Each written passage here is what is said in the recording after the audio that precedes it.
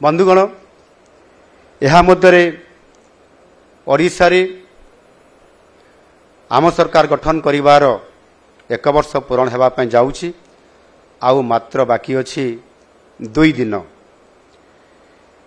दिन पर लोकंकर सरकार बा ओडिशा रे प्रतिष्ठित होइतिबा भारतीय जनता पार्टी नेतृत्व रे बहुमत रे आसीतिबा सरकार ताहा पूरण होगा जाऊँगी। सर्वप्रथमे मु गणमाध्यम विशेष भाव ओडिशार गणमाध्यम को धन्यवाद अर्पण करी। गत 1 वर्ष मध्य आपण माने सरकारंकर कार्यक्रम रूपरेख सफलता एवं विभिन्न समस्या इत्यादि लोकों को जनइबारे जो गुरुत्वपूर्ण भूमिका नहीं एवं आवश्यक हेले गठनमूलक समालोचना माध्यम रे भी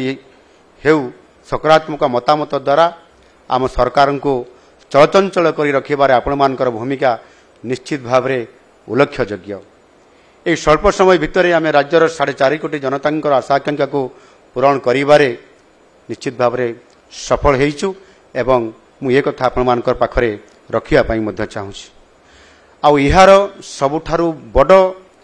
प्रमाण हेउछि जे आम सरकार आसीबार किछि दिन परे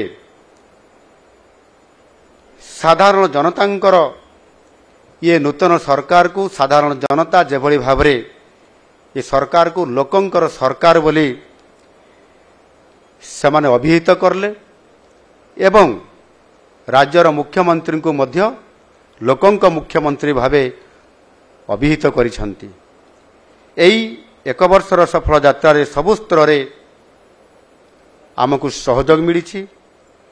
एवं शुभकामना मिली। आउ सेथिपाई मु आपण मानको समस्त को धन्यवाद दउछि। महाप्रभु जगन्नाथ आशीर्वाद रे आमर सबु प्रमुख प्रतिश्रुति को आमे जहाँ आमर संकल्प पत्र रे एवं मैनिफेस्टो रे स्थानित करा जाइथिला आमर शीर्ष नेतृत्व जो आमको संकल्प पत्र रे स्थान देइथिले जे लोकंकर आशा एवं आकांक्षा को पूरण करिवार प्रमुख प्रतिश्रुति को किभली भाव में पूरण करा जिवो आम सरकार जदि आसीबो एवं वास्तव में जेते बड़े आम सरकार आसिला एवं गोटिए वर्ष भितरे